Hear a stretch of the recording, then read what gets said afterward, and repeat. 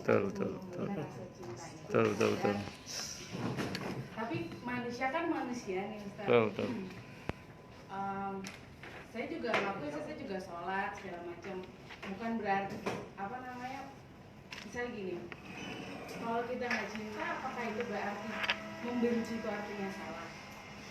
Karena gini, kalau kita mau melihat berita ada seorang koruptor melakukan ini, ada seseorang melakukan tertangkap OTT. Kalau itu kan kita kesel ya gitu. Itu sebuah ketidakbenaran dan kita kesel. Apakah rasa benci itu nggak boleh untuk terhadap kegiatan Baik.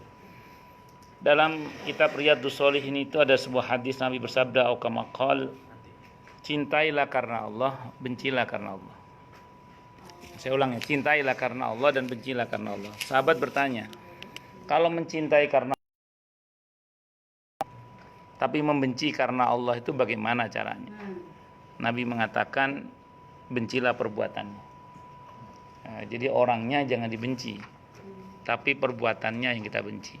Kalaupun kita benci sama orangnya sebagai efek dari benci pada perbuatannya, yang penting jangan keterusan ke orangnya.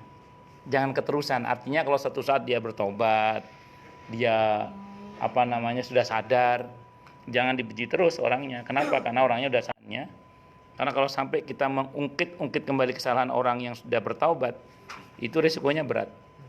Ada sebuah hadis riwayat At-Tirmidzi. Hadisnya hadis gharib, cuman maknanya sahih kata Imam Ahmad. Redaksi hadisnya, man ayyara akhahu musliman bidzambin taba'anhu lam yamut hatta yaf'alahu.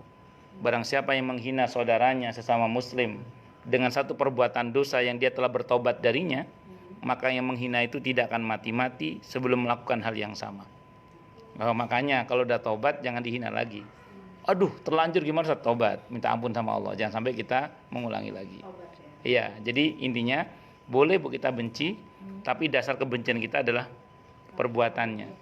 Makanya saya pernah tanya orang juga gini, Ustadz, boleh nggak kita membenci seorang karena dia itu Yahudi, karena dia Nasrani? Saya bilang, dalam Islam itu tidak boleh kita membenci seseorang itu karena beda keyakinan. Saya sampaikan pada yang bersangkutan bahwa yang kita benci itu kedzalimannya. Mau Yahudi kek, mau Nasrani kek, mau Muslim kek, kalau dia zalim dibenci. Itu Al-Quran yang bilang, dan itu menjadi salah satu kata-kata terakhir di Piagam Madinah. Wala udwana illa 'alal zalimin. Tidak boleh ada permusuhan kecuali pada orang-orang yang zalim. Mendapat surga lebih dahulu gitu. Terus. Tapi kalau saya pikir, bukannya Allah itu semuanya mau seimbang dalam kehidupan, mau dalam kehidupan beragama, mau dalam kehidupan dunia, semuanya harus seimbang. Ya semua juga ini menghabiskan waktu untuk sholat, tapi kan kita sungguh-sungguh bekerja, sungguh-sungguh menafkahi anak, semuanya perjuangan gitu. Nah, kalau saya lihat, bukannya Allah menilai dari bukan hanya memang mendekatkan diri kepada Allah, tapi kan cara atau jalan itu macam-macam gitu. Iya. Mohon penjelasan, karena tadi kan pesannya itu harus sungguhkan, harus, tapi kan jalannya itu apakah sholat kewajiban, semua kewajiban, tapi bukankah menafkahi anak juga, berbakti kepada suami juga, kepada orang tua juga, berjuang di kantor juga, semua menegakkan Islam di bumi ini, berlaku adil, semua bukan itu dari komponen yang Allah akan nilai gitu. Ya, udah. Iya, kan tadi sempat saya katakan, andaikan tidak ada kewajiban untuk berbuat baik pada sesama, andaikan tidak ada keharusan untuk memenuhi hak-hak sesama, barangkali orang-orang yang meraih tingkatan cinta kepada Allah itu, barangkali mereka akan hanya sibuk dengan sholatnya dan ibadahnya yang sifatnya langsung kepada Allah. Andaikan, tapi kan kenyataannya tidak demikian. Kenyataannya justru kita ada kewajiban. Saya sebagai suami, saya ada kewajiban kepada istri saya. Saya sebagai anak, saya punya kewajiban kepada orang tua saya. Saya sebagai ayah, saya punya kewajiban kepada anak-anak saya. Saya sebagai tetangga punya kewajiban, hak dan kewajiban terhadap tetangga-tetangga saya. Saya sebagai atasan, saya punya tanggung jawab terhadap bawahan saya. Saya sebagai manusia terhadap manusia yang lainnya, saya punya hak dan kewajiban. Itu tadi kalimat saya begitu, Bu. Jadi seandainya barangkali tidak ada kewajiban pada sesama, barangkali orang-orang yang mengenal cinta Allah itu dia akan sibuk dengan sholatnya saja, tidak akan bangkit dari sujudnya, dia akan sibuk dengan ibadah ritualnya saja. Itu seandainya, tapi kan tidak demikian kenyataannya. Maka gini, kita coba mungkin tadi apa yang saya sampaikan tidak dicerna secara utuh, atau memang saya tadi tidak menyampaikan secara utuh. Baik, karena Ibu bertanya, saya utuhkan ini ya. Coba saya utuhkan. Barangkali Anda pernah membaca sejarah tentang Sultan Muhammad Al-Fatih. Sultan Muhammad Al-Fatih itu pernah ketika sudah berhasil menaklukkan Konstantinopel, beliau itu bilang kepada gurunya, "Syekh, saya mau berhenti jadi raja. Saya mau jadi abid saja. Saya mau beribadah kepada Allah saja. Saya mau jadi abid saja." Kata siapa? Kata Sultan Muhammad Al-Fatih. Kata gurunya begini, baik untuk dirimu sendiri, tapi kamu juga harus baik untuk orang lain. Nah, kalau kamu menjadi raja, kamu tidak hanya baik untuk dirimu, tentu raja yang baik ya, dan kamu akan menjadi baik juga untuk orang lain. Makanya begini Bu, dalam Islam itu khairun nas anfa'uhum linnas. Sebaik-baik manusia adalah yang paling bermanfaat bagi manusia yang lainnya. Jadi semakin kita bermanfaat, semakin kita akan menjadi pribadi yang dimuliakan dalam pandangan Islam. Oleh karenanya saya ulang, statement Ibu tadi benar, tidak salah. Nah, cuman saya sampaikan sekali lagi tadi, seandainya di pada pernyataan tadi, seandainya tidak ada kewajiban pada yang lain, barangkali orang-orang yang soleh yang mengenal cinta Allah itu dia akan sibuk dengan urusannya dengan Allah saja. Dan manusia termulia yaitu Nabi kita Muhammad SAW, itulah prakteknya dia dalam beragama ya. Nabi itu ketika di Madinah yang diurus bukan cuma masjid, tapi juga pasar. Yang diurus bukan cuma masalah iman, tapi juga masalah ekonomi. Malah secara tegas Ali bin Abi Thalib radhiyallahu anhu menarik sebuah korelasi hubungan yang sangat tegas antara iman dengan ekonomi. Dengan pernyataan beliau yang sangat populer sekali itu, kadal faqru ayyakuna kufron. Hampir-hampir kefakiran itu menjadikan orang itu menjadi kafir. Menunjukkan bahwa itu berbanding lurus itu. Hampir berbanding lurus itu antara kelemahan ekonomi dan kelemahan iman saat itu. Itu pernyataan Ali bin Abi Thalib radhiyallahu anhu. Oleh karenanya kemudian saya ulang sekali lagi, tidak hanya soleh secara ritual, tapi kita juga harus soleh secara sosial. Mungkin ada satu contoh kasus Bu ya, yang mungkin mudah-mudahan ini bisa jadi pelajaran buat kita. Ada orang nanya ke saya, "Ustadz, ini ada seorang suami, ahli masjid. Orangnya masih muda, ahli masjid. Yang menjadi persoalan adalah karena sibuk ke masjid, akhirnya tidak bekerja. Padahal dia masih mampu bekerja. Akhirnya yang pontang-panting cari nafkah adalah istrinya. Suatu saat istrinya ini mengeluh pada kakaknya, "Tolong dong kak, itu adik kamu diingetin dong, masa yang kerja aku. Kan dia laki-laki, suami, tanggung jawab pada anak dan istri." Maka ketika ditegur oleh kakaknya, apa jawaban sang suami itu? "Saya ini kan beribadah kepada Allah, kenapa dihalang-halangi?" Maka ketika sampaikan ke saya sampaikan kepada bersangkutan, memang ke masjid itu bagus, sesuatu yang mulia. Tapi menjadi masalah kalau kemudian karenanya dia tidak mau bekerja. Bukan tidak mampu, tidak mau. Kecuali dia punya passive income, punya kontrakan 100 pintu, enggak ada masalah. Karena ada passive income. Atau dia nulis buku sehingga dia punya royalti, tidak ada masalah. Lo passive income-nya enggak ada. Enggak mau kerja. Kalau dia enggak punya anak istri, babanokono, tidak ada masalah. Kalau dia enggak punya istri. Tapi kan dia punya anak, dia punya istri. Maka itu tanggung jawab dia. Itu seperti itu. Bisa dipahami Bu ya? Nah, jadi nggak cukup Bu hanya baik kepada Allah saja, tapi juga harus baik pada sesama. Makanya di antara syarat kemuliaan dalam Islam itu harus baik hubungannya dengan Allah dan harus baik hubungannya dengan sesama. Wa duribat alaihimudz dzillatu ainama thuqifu illa bihablim minallah wa hablim minan nas. Ditimpakan kehinaan kepada mereka dimanapun mereka berada kecuali dengan tali hubungan baik mereka dengan Allah dan tali hubungan baik mereka dengan sesama. Wallahu a'lam bishawab. Gitu Bu ya. Terima kasih sudah diingatkan sehingga mudah-mudahan apa yang saya sampaikan tadi yang enggak utuh, mudah-mudahan utuh ini sekarang hari ini. Saat ini maksud saya. Wallahu a'lam bishawab. Begitu Bu ya. Baik. Terima kasih. Untuk teman-teman yang lain ada yang mau tanya? Mungkin saya Silakan Mas. Mas Ini Tony. tadi dibilang sampai merasa ketika ibu Nama lengkap Mas Tony, nama lengkap Tony siapa Mas? Tony Hadi. Tony Hadi. Saya khawatir Nama siapa? Tony. Nama lengkap saya Tony, bukan ya? Itu kadang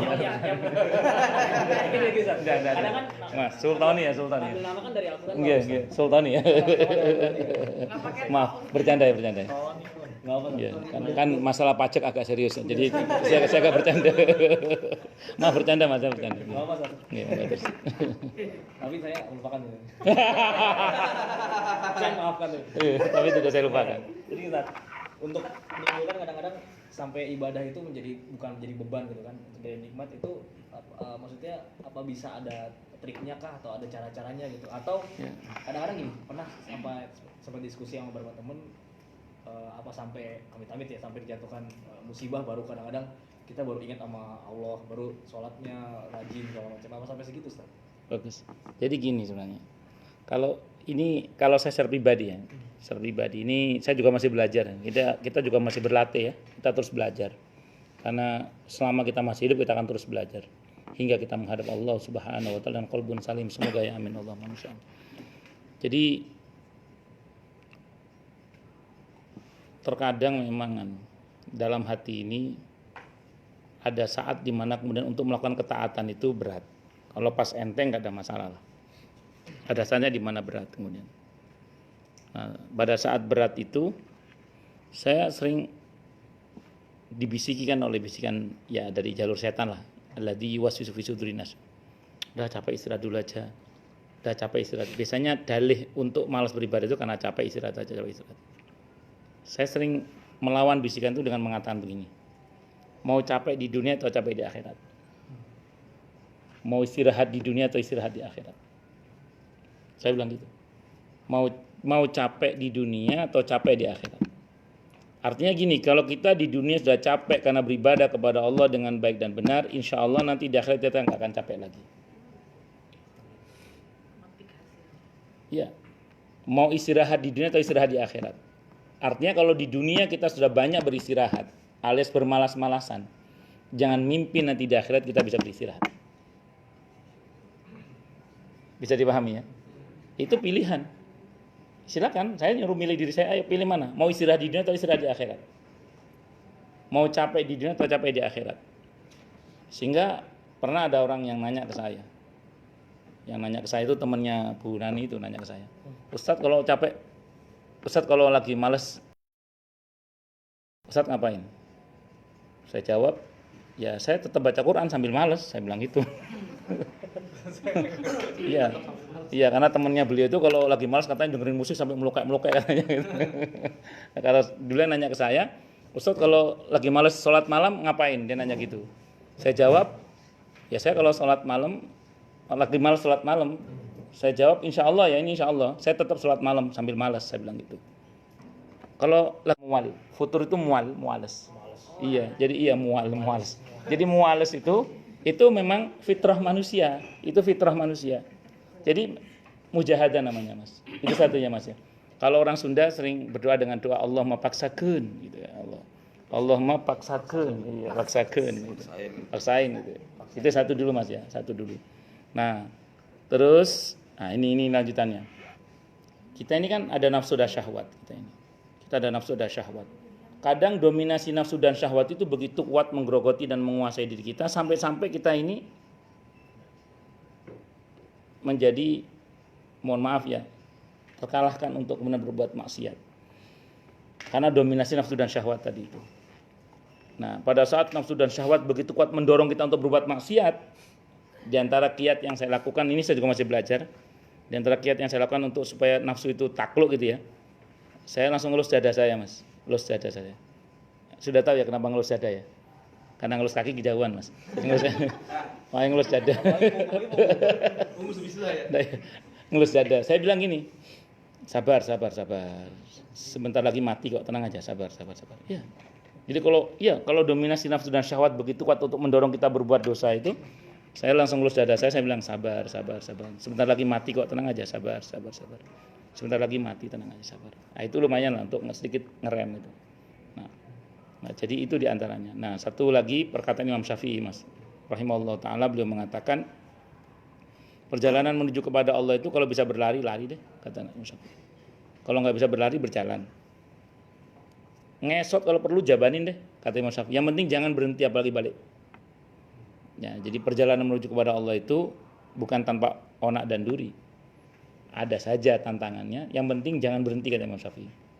Bisa lari, lari kata beliau. Kalau nggak bisa lari, berjalan. Nggak bisa berjalan, ngesot sekalipun, yang penting jangan berhenti. Begitu Mas ya.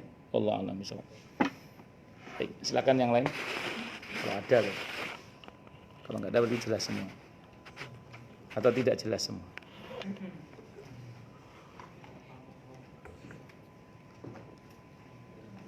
Monggo, Bu, silakan. Assalamualaikum warahmatullahi wabarakatuh.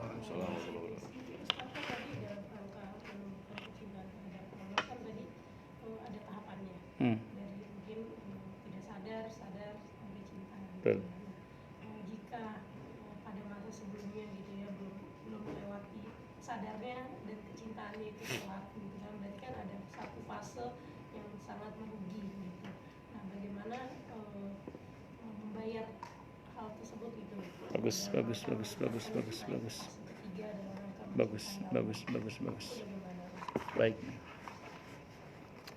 Yang lalu biarlah berlalu. Yang penting bagaimana ke depan kita lebih baik. Kalau bahasanya Allah dalam sebuah hadis qudsi, di hadis riwayat Abi Daud adalah kitab Al-Arba'in An-Nawawiyah, itu dikatakan dosamu yang telah lalu la ubali, kata Allah, aku tidak peduli. La ubali itu kalau bahasa Jawanya gak paten Mas, kalau ingin bahasanya. Ya, dosamu yang masalah aku tidak peduli, kata Allah. Jadi aku tidak peduli berapa lama kamu begitu, yang penting kamu mau berapa lama lagi begitu. Jadi artinya selama kita masih melakukan hal itu, ya berarti Allah akan terus catat dosa kita. Tapi kalau kita udah berhenti dan kesini kita berubah lebih baik, insya Allah pada keadaan yang seperti itu akan menjadikan kita menjadi lebih baik. Nah, menariknya dari pertanyaan Ibu, bagaimana kita ini bisa menutupi